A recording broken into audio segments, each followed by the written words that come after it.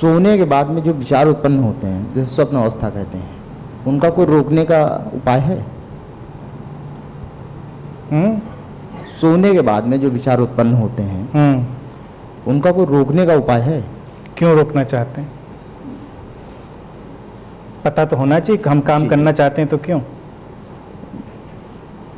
What will you get? जी, उसके लिए मतलब परेशानी देते हैं। क्या? उलझन और बेचैनी।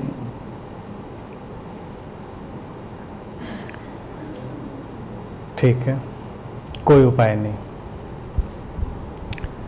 सपने तुमने पैदा नहीं किए, विचार तुमने पैदा किए नहीं, नींद भी तुमने पैदा की नहीं। नींद भी घटी, विचार घटे, वो स्वप्न के रूप में घटे या कैसे भी घटे घटे, तुम्हारी जो प्रोग्रामिंग जो कंडीशनिंग है उसके अकॉर्डिंग ही घटेंगे ऑब्वियसली।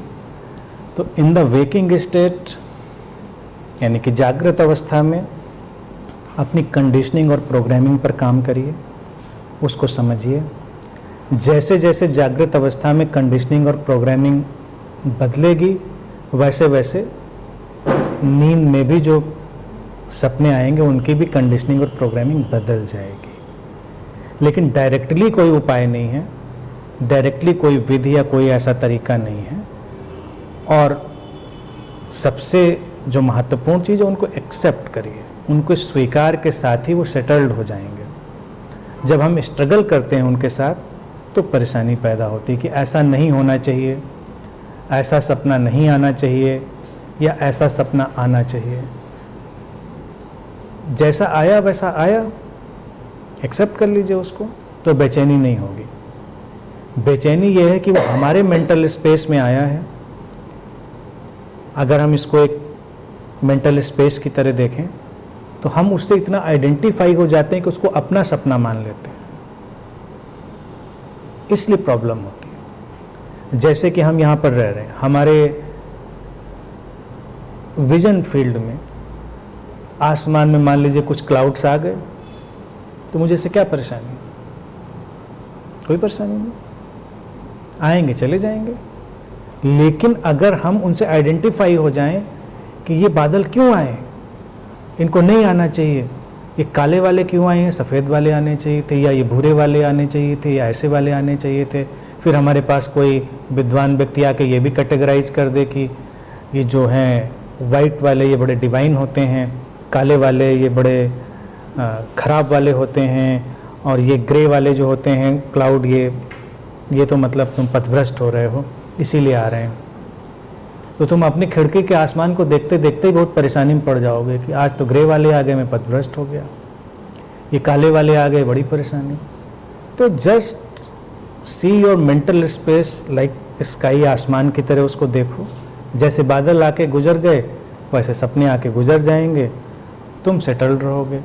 तुम उनसे आइडेंटिफाई ना करो कि तुम्हारा सपना है, वो है, उसको बस तुमने देखा है। देखने मात्र से कुछ अपना नहीं हो जाता। मैं इतने तुम लोगों को देख रहा हूँ, सब मेरे अपने थोड़े ही हो गए, यानी कि अपने तो हैं सब in the sense of love. लेकिन ऐसे किसी पे मैं कोई राइट थोड़ी पैदा कर दूंगा कि मैंने इतने सबको देखा तो सब मेरे अपने हैं। अब किसी को मैं आर्डर चलाऊंगा या किसी की बात से कुछ मैं परेशान होऊंगा, इन्होंने काला पहना है क्यों, इन्होंने पिंक पहना है क्यों, पहना तुम्हारी आज़ादी है। तो ऐसे ही सपने हैं, कोई काले पहन के आते हैं, कुछ पिंक पहन के, कुछ रहने दीजिए जैसे भी। उनसे आइडेंटिफाई मत करिए, आइडेंटिफिकेशन ड्रॉप कर देंगे, हमेशा पीसफुल रहेंगे। एंड सबसे इंपॉर्टेंट चीज, नेवर इंटरप्रेट योर ड्रीम्स। अपने सपनों को कभी इंटरप्रेट मत करिए। बैड ड्रीम्स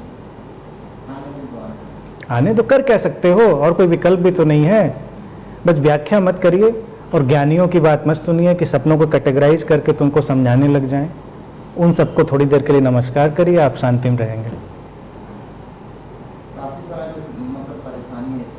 आप ये फार्मूला लगा के देखिए, within a week you will be settled. एक हफ्ते के अंदर उनसे आइडेंटिफिकेशन बंद कर दीजिए। वो आपके सपने नहीं हैं, वो बस आए हैं, आपने बस उनको देखा है। आप केवल दृष्टा हैं, ऑब्जर्वर हैं, देखने वाले हैं। सिंपल विटनेस हैं, लेकिन मेरे नहीं हैं। अब क्यों आए थे इसका तो कोई उत्तर नहीं, तो ये पूछना भी फिजूल है कि क्यों आए थे। आए थे भाई, तमाम चीज़ें होती थी। मेरी सड़क से जुलूस क्यों निकला अभी, बहुत शोरगुल था, निकला तो निकला, मतलब हु केयर्स क्यों निकला।